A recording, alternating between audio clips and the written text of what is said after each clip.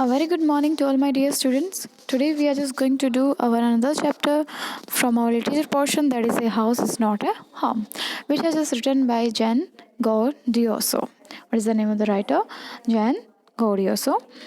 So here refers to the particular home which is not a home longer. So this story will reflect the challenges of being a teenager and the problems of growing up. Remember this. What does this story reflects? The story reflects the challenges of being a teenager and the problems of growing up. Remember this. In this lesson, we are just going to cover the first thing is that significance of the title. Then we are just going to reference each and every question which is just given in between our lesson. After that, we are just going to cover the difficult word meaning, and in the last, we are just going to do the NCERT question and answers, which are very important in the perspective of your exams. So here, let's continue our new chapter here. Chapter number 8, A House is Not a Home. Remember this, every title of every lesson has a story and has a full-fledged meaning. A house is not a home. Remember this. If I'll talk about the house will be a materialistic thing, right? Right? Only the four wall chamber in which you are living. But if you live in it with your family, then it will turn up to home. It will turn up to home. Home and house. These two are the different terms. A house is a building of the four walls covered, but a home is a thing or the building in which your family is used to live. Remember this. So in this story, the everything will be move around towards this very title, that is A House is Not a Home.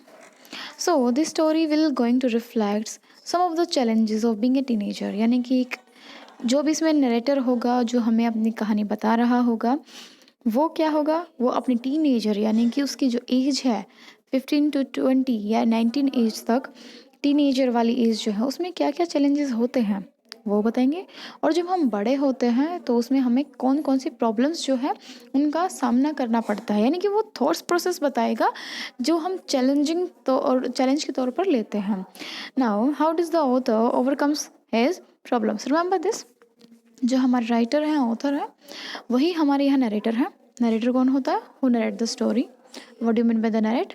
Who is just telling the story, and stories itself is a narration. Remember this. These three words are narrate, narration, and the narrator. So here, let's get starting from the first of the paragraph given here. My first year of high school felt awkward. देखिए यहाँ पर अपना author जो है तो सबसे पहले यही चीज़ बताने की कोशिश कर रहे हैं कि वो कहाँ पढ़ रहे हैं, यानी कि हमारी जो जेन है यहाँ मैं आपको पहले ही बता देती हूँ, Jane is a female author, right? Jane is a female author. तो यहाँ पर हम एक ऐसी इंसान की कहानी पढ़ने जा रहे हैं जो हमारे ऑथर भी हैं, एज वेल उनकी एक रियल इंसिडेंट भी है, जिसके थ्रू हम इस स्टोरी में होने वाले सारी चीज़ों के बारे में कंक्लूड कर सकते हैं कि कौन से टीनेजर और कौन से ग्रोइंग अप एज में प्रॉब्लम्स और चैलेंजेस आते हैं। देखिए यहाँ पर जब बच्चा टीनेजर में होता है तभी तो वो हाई स्कूल में होता है, obviously, right? So my first of high school felt awkward. मुझे मेरा पहला साल हाई स्कूल में काफ़ी ऑकवर्ड लगा। After living junior high at the head of my class with all the seniority the upgrade levels could afford me. अब देखिए ये कहना क्या चाहता है, जब मैं अपने जूनियर्स को, यानी कि जहाँ मैं पहले था, यानी कि जहाँ कहाँ था मैं पहले, जूनियर हाई स्कूल में था, जहाँ पे लोवेस्ट विंग जो थी पिछली, उसमें मैं सबसे हाईएस्ट क्लास पे था, तभी तो वो अपग्रेड होकर नेक्स्ट पे आता है, राइट? तो जहाँ पर वो उस लास्ट क्लास में था, उसके बिल्डिंग का जो सबसे हाईएस्ट क्लास होती है उसमें वो पढ़ता था, उसमें वो हेड हुआ करता था, यानी सीनियर हुआ करता था अपने सारे जूनियर्स का, राइट? अब क्या है, अब जो है मैं सबसे फर्स्ट ईयर में हूँ, फर्स्ट ईयर है यहाँ हाई स्कूल का, तो यहाँ क्या है, सबसे जूनियर होगा, जो भी फर्स्ट ईयर में आएगा वो क्या होगा, आपका जूनियर होगा। It felt strange starting over as a freshman. ये काफ़ी अजीब सा नहीं लग रहा है जैसे मैं कोई एक नया काम शुरू कर रहा हूँ एज ए फ्रेशमैन। फ्रेशर्स जिसे हम बोलते हैं ना, वही चीज़ यहाँ कह रहा है कि मुझे कैसा फील हो रहा है फ्रेशर्स बन के। I am feeling awkward.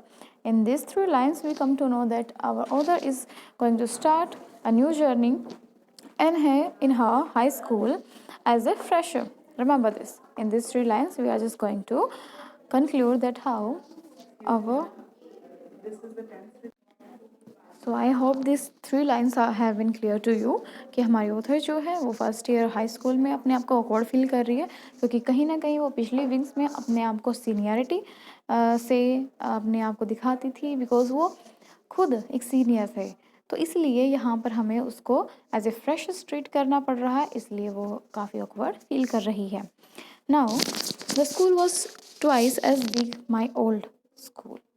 अब देखिए यहाँ है जो स्कूल के बारे में, जो हाई स्कूल है वो उससे ज़्यादा बड़ा है जो मेरा पुराना स्कूल था। And to make matters worse my closest friends were sent to different high school. और इससे बुरी बात तब बनी जब मेरे ही खुद के फ्रेंड जो मेरे साथ पढ़े वो उन्हें अलग हाई स्कूल में भेज दिया गया। I felt very isolated. Isolated means alone. मैं कैसा फील कर रहा था, I was feeling isolated. It means जो हमारी ऑथर है जैन, वो कैसे फील कर रही थी, आइसोलेटेड। Remember this. सो यहाँ तक हमें इस पैराग्राफ में ये पता चलता है कि वो अपनी जर्नी से थोड़ी सी नाखुश है कि वो फर्स्ट ईयर में हो गई है, अब वो यहाँ जूनियर है और क्या फील कर रही है, आइसोलेटेड फील कर रही है, because all of the closest friend of that particular author was just sent to a different high school. Remember this. I missed my old teacher so much. मैंने अपने टीचर्स को बहुत ज़्यादा मिस किया। That I would go back and visit them. मैं कई बार सोचता था या सोचती थी सॉरी सो हियर कि मैं उनके पास जाऊं और उनके पास विज़िट करूं। They would encourage me to get involve in school activities so that I could meet new people. उन लोगों ने मुझे इनक्रेज किया कि मैं एक नई स्कूल में जा रहा हूँ, हाई स्कूल में जा रही हूँ, तो मैं वहाँ जाकर एक नए आदमियों से मिलूँगी। I will meet some new people and there will be the new changes in my life. देखिए यहाँ पर जो टीनेजर हैं वो जैसे जैसे अपने फ्रेंड्स को, क्लोज फ्रेंड्स को अपने इन सर्कल में करते रहते हैं, उनकी लाइफ में चेंजेस आते रहते हैं। ऑब्वियसली आपने भी महसूस किया होगा जब आप अपने स्कूल को छोड़कर किसी और स्कूल में गए होंगे। Remember this. जब भी आपको ऐसा फील होता है कि हाँ I am not feeling happy और I am feeling not satisfied, तो आपका मन करता है स्कूल छोड़ दें, बट उस वक्त आपके टीचर्स जो हैं वो आपको समझाते हैं कि what is the value to meet some new people that will bring some new changes in your life. Now they told me who here they refers to the particular author's teachers. They told me that in time I was adjust and probably ends up loving my new school more than I had old one. वो इसलिए मुझे इतना ज़्यादा बता रहे थे कि कहीं ना कहीं वो चाहते थे कि मैं अपने न्यू स्कूल में भी जो मतलब मन तो उसका लग जाएगा ऑब्वियसली कि मैं अपने आप को एडजस्ट कर लूँगा, कहीं ना कहीं मेरा नया स्कूल भी मुझे बहुत पसंद आएगा, शायद इस पुराने स्कूल से भी ज़्यादा। तो उन्होंने मुझे इनक्रेज भी किया, वो भी उनको भी पता था वो नए इंसानों से मिलेगा। सो दे मेड मी प्रॉमिस। तो उन्होंने मुझसे वादा लिया and that when that happen, जब ऐसा होगा, जब आप नए स्कूल में जाओगे, नए फ्रेंड्स बनाओगे, I would still come by and visit them from time to time. उन्होंने मुझसे वादा भी किया कि भाई मैं उनके पास बार बार आ सकता हूँ, विजिट कर सकता हूँ। देयर इज़ नो कंपल्शन कि आप नए स्कूल में चले गए हो तो आप कुछ नहीं कर सकते। Remember this. तो यहाँ पर क्या है, ऑथर को थोड़ा रिलैक्सेशन है कि मैं अपने पुराने टीचर्स से भी काफ़ी अटैच रहूँगा। I understood the psychology in what they were saying. मैं उनकी मानसिकता समझ सकता था, समझ रहा था कि वो मुझे किस लिए प्रमोट कर रहे हैं। उनकी मानसिकता में बिल्कुल समझ रहा था, उनकी साइकोलॉजी समझ रहा था उनके पीछे कहने की। But I took some comfort in it nonetheless. लेकिन फिर भी मुझे कुछ ना कुछ कंफर्ट ही मिला, कुछ ना सही कंफर्ट तो मिला obviously, because they can not do my help that I can remain as senior in my high wing. तो यहाँ ऑथर जो है वो काफ़ी हताश हो जाती है और थोड़े से नर्वस भी होती है जब वो एज बीइंग ए जूनियर वहाँ जाती है। After that, our author is going to tell us that one Sunday afternoon, not long after I had started high school. Remember this? Not long after I had started high school. ये जब पहले जो Sunday आया वो पहले वही Sunday था जो मैंने स्कूल में अपनी जो जर्नी थी वो स्टार्ट की थी, उसके बाद का पहले Sunday. I was sitting at home at our dining room table doing my homework. मैं अपने घर में बैठे अपने डाइनिंग रूम में I was doing our homework. It was cold, windy fall day. It was very cold and the wind was blowing all of the day, and we had a fire going in a fireplace. Fireplace means the place where the fire will be going to be in. So as usual, my red tabby cat. Here the red tabby cat means the cat particularly. Here's a description of the cat. That was red tabby. Was laying on the top of my paper. आपने कई बार देखा होगा जो आपके pets होते हैं, जब भी आप कोई काम कर रहे होते हैं वो आपको सहला के आपके या तो पेपर्स के ऊपर बैठ जाएंगे या फिर आपको थोड़े से लाड प्यार से उनको अपने यू कैन से लैप में बिठाने के लिए कहेंगे। Now purring loudly and occasionally sweating at my pen for entertaining sake. अब वो he was just pouring loud and occasionally sweating at my pen for entertaining sake. देखिए कई बार आप ना कभी भी बिल्ली को देखना, बिल्ली आपके पास आएगी, there is a purring sound in throat of that particular cat, और वो बहुत ऐसा जैसे वो किसी उम्मीद से है यहाँ पे कि someone will you can say give some of the care and love, like so इस तरीके से वो थोड़ा सा सिनेरियो यहाँ डिस्कस किया गया है कि कितनी कैट जो है वो उसकी सबसे पसंदीदा कैट में से वो यू कैन से पेट में से रही है। तो वो क्या करती है, कई बार आपके पेपर्स के ऊपर लेट के आपके पेन जो चल रहा होता है ना उसके साथ वो खेलती रहती है, राइट। वो हाथ मारेगी, आपका पेन गलत डायरेक्शन में जाएगा। तो ये सब कर रही थी, यानी कि आप एक तरीके से इस पैराग्राफ में आपको एक सिनेरियो देखने को मिलता है कि जहाँ हमारी ऑथर जो है वो काम कर रही थी और वो कहाँ बैठी थी, वो डाइनिंग रूम टेबल पे बैठी हुई थी and she was just doing her homework. And after that there is a description of that cat which was ready tab, and that was particularly lying on the top of all the papers of her author. He was just chewing the pan in the entertainment sake of herself, right? After that we come to know she never far from me. वो जो बिल्ली है वो उससे कभी भी दूर नहीं रहती। आई हैड रेस्क्यूड हर, मैंने उसे बचाया था। Then she was a kitten, वो एक छोटी सी बच्ची थी। एंड समहाउ शी न्यू, कहीं ना कहीं वो जानती है that I was the one responsible for giving her the good life. कहीं ना कहीं वो जानती है कि ये जो अच्छी ज़िंदगी वो इतना प्यार लाड प्यार उसको मिल रहा है वो किसकी वजह से मिल रहा है, it was only because of me. My mother kept stalking the fire to keep the house nice and warm. देखिए अब जो स्टॉक है अपने फायर्स का यानी वुड्स का, वो उसको क्या करती रहती हैं, उसको वो स्टॉक करती रहती है फायर प्लेस में, ताकि इससे घर गर्म भी रहेगा और क्या रहेगा, सुंदर भी दिखेगा। आई स्मेल समथिंग स्ट्रेंज, फिर भी मुझे कुछ अजीब सी स्मेल आई, ठीक है, यहाँ उसको एक स्मेल आई। And then I notice it, मैंने फिर कुछ नोटिस किया। Smoke pouring into through the seam of the ceiling, फिर क्या हुआ कि पूरी सीलिंग में से, यानी कि छत ऊपर होती है और छत के नीचे वाले हिस्से को हम क्या कहते हैं, सीलिंग, उसके अंदर से क्या हो रहा है, स्मोक पोर हो रहा है, फैल रहा है। Now the smoke began to fill the room so quickly that we could barely see, वो इतनी तेज़ी से फैल रहा था कि हम उसका बहुत ही हम उसके यानी ज़ीरो विजिबिलिटी हो गई थी पूरे रूम में, हम बहुत मुश्किल से देख पा रहे थे कुछ भी। Now groping our way to the front door, right. अब जो हमारे होता है वो किसी तरफ भागते हैं, फ्रंट डोर की तरफ भागते हैं। Now we all run out into front yard, हम जो खुली जगह थी हमारे घर के सामने हम वहाँ चले आते हैं। By the time we made our way outside, तो हम सभी ने बाहर की तरफ रुख किया। The whole room was engulf in flame, पूरी की पूरी छत जो थी वो क्या है, आग की लपटों में आ चुकी थी। इट वॉज स्प्रेडिंग क्विकली, बहुत जल्दी से फैल भी रही थी। I ran to the neighbours to call the fire department, मैं भागकर अपने पड़ोस में गई, वहाँ जाकर मैंने उनको कहा कि वो फायर डिपार्टमेंट को, फायर पुलिस को बुला दें। While I watching my mother run back into house.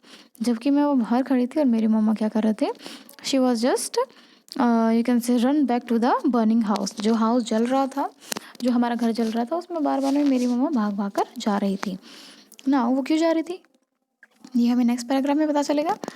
My mother then run out to the house carrying small metal box out of which important documents. देखिए अब उसकी मम्मा क्यों भाग रही थी, क्योंकि वो बहुत इंपॉर्टेंट डॉक्यूमेंट्स थे किसी एक स्मॉल मेटल के बॉक्स में, तो इसलिए वो उसको, ताकि सब कुछ जल ना जाए, कुछ चीज़ें प्रेशियस हैं, उसको बचाने की कोशिश कर रही हैं उसकी मम्मा। और डॉक्यूमेंट्स तो बहुत ज़रूरी चीज़ होती है, तो सबसे पहले वो मेटल का बॉक्स उठाकर लेकर आती है डॉक्यूमेंट्स का। She drop the case on the lawn and in craze state run back into the house. वो जल्दी आती है, जल्दी से वो केस जो है, जो भी हमारा सूट केस है जिसमें बॉक्स, जिसमें हमारा इंपॉर्टेंट डॉक्यूमेंट्स रखे हुए थे, वो एकदम से भागे भागे आते हैं और इसको लॉन में फेंक कर चले जाते हैं। इट मीन्स वो एकदम से थ्रो अप कर देती हैं, क्योंकि रखने का टाइम नहीं होता at the time. I knew what she was at after. मुझे पता था कि वो क्यों और कहाँ जा रही हैं, और बार बार वो इस आग वाले घर में क्यों जा रही हैं। My father had died when I was young. मैं बहुत छोटी थी जब मेरे पिताजी की मृत्यु हो गई थी। And I was certain that she was not going to let his pictures and letters go up in the flames. और वो इसलिए वापस बार बार में अपने घर में जा रही थी कि वो उसके पिताजी की जितने भी यादें हैं, पिक्चर्स हैं और लेटर्स हैं, वो फ्लेम में जल ना जाए, आग में जल ना जाए, उन्हें बचाने के लिए वापस उन्हें लेने जा रही है। They were the only things that she had to remember him. ये सिर्फ वही चीज़ें हैं, इन्हीं के थ्रू वो अपने पति को याद करती हैं, अपने हस्बैंड को याद करती हैं, right. After that still I screamed at her mom no. मैंने फिर भी उनके पास चिल्लाया कि नहीं मैम, अभी नहीं, सॉरी मॉम, अब और नहीं, अब मत जाइए। तो इसके बावजूद भी वो नहीं रुक रही थी। बट अब नहीं रुक रही थी, देन मैं भी उनके पीछे दौड़ने के लिए गई।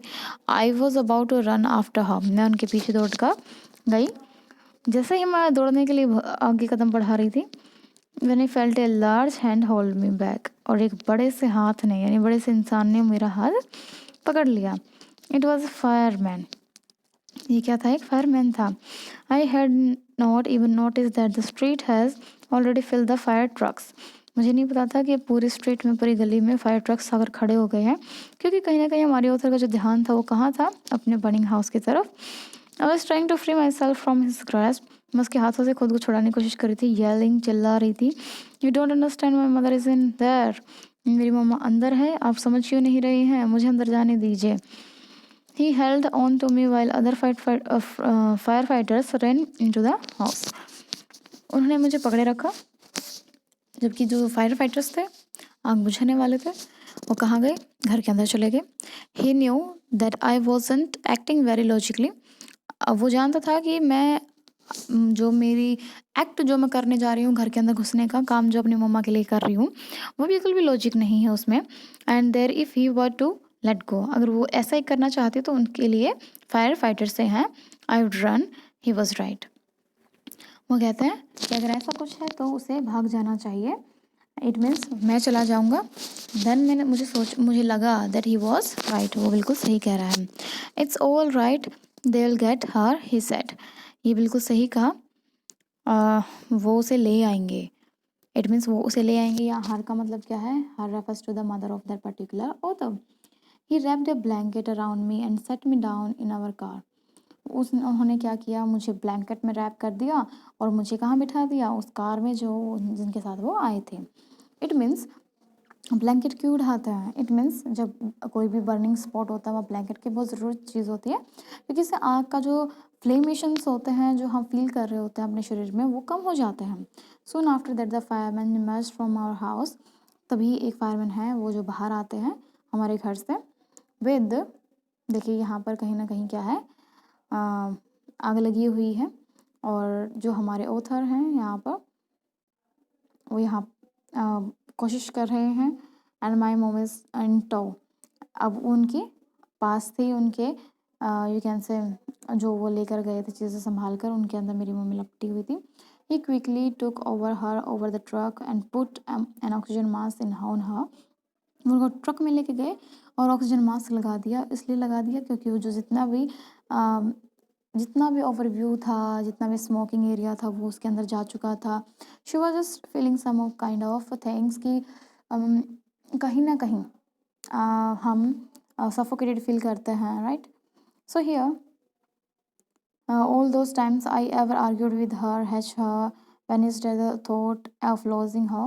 तो यहाँ क्या है कि भाई मैं उसके साथ जो भी आर्ग्यू करता था, उनसे हिट करता था, कई बार छोटी छोटी बातों पर हमारी लड़ाई हो जाती थी। तो ये सब मुझे बिल्कुल भी यू कैन से याद नहीं रहा कि मैं उनसे कभी किसी बात पे लड़ा भी था। मैं सिर्फ भाग कर was just ran over and hugged her. मैंने जाके सिर्फ उसको उनको हग कर लिया एंड सिर्फ इस वजह से कि देयर वाज अ थॉट कि मैं उन्हें खो दूँ। So she is going to be okay said the fireman. Fireman ने कहा कि वो जल्दी ठीक हो जाएंगी। She just inhale a little smoke. उन्होंने सिर्फ थोड़ा सा ही धुआं अंदर लिया है and then she run back to fight the fire while my mother and I set there dazed. जब मैं और मेरे मम्मा वहीं बैठे रहे और उन्हें पूरे घर को जलता हुआ ऐसे देखते रहे। I remember watching my house burn down. मैं मतलब जो ऑथर हैं वो देख रहे हैं कि यहाँ पर बर्न हो रहा है उनका घर and thinking that was nothing I could do about it. और सबसे बुरी बात ये थी कि वो कुछ कर भी नहीं सकते थे। 5 hours later, 5 घंटे बाद the fire was finally out. Fire से हमें छुटकारा मिल गया। और house was almost completely burn down. हमारा हाउस जो है वो करीबन पूरा जल चुका था। But then it struck me. एकदम से मुझे कुछ याद आता है। I hadn't seen my cat. मुझे मेरी बिल्ली दिखाई नहीं दे रही है। Where is my cat? मेरी बिल्ली कहाँ है? मच टू माई हॉरर, सबसे बुरा ये चीज़ मेरे साथ बनी कि मुझे एकदम से मेरी कैट याद आई और मुझे यहाँ कहीं दिखाई नहीं दी।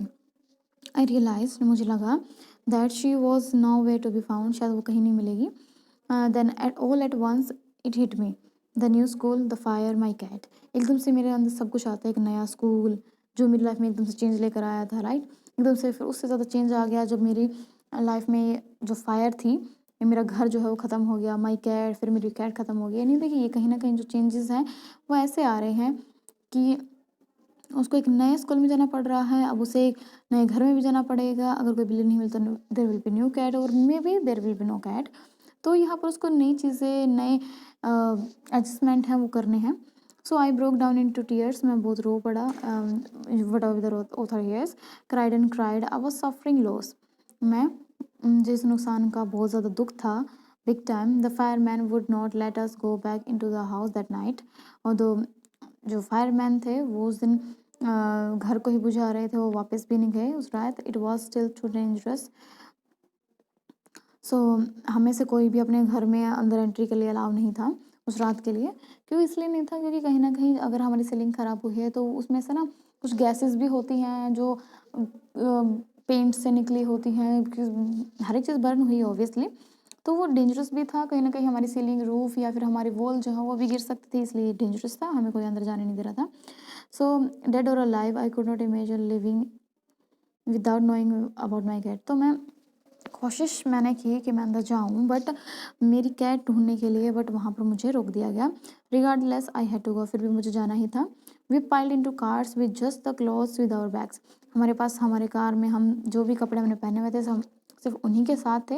And few of the firemans blankets, कुछ ब्लैंकेट्स थी जो हमें फायरमैन्स ने दी थी। And made our way to grandparents house to spend the night. और उस रात को हमें कहाँ जाना पड़ा? ग्रैंड पेरेंट्स के घर जाना पड़ा। Dear students, in this video we are just going to do till this till this paragraph. After that we will continue further. I hope till this you everything has been clear to you. And take a reading of this chapter, and we are going to move forward in the next of the video. Thank you so much.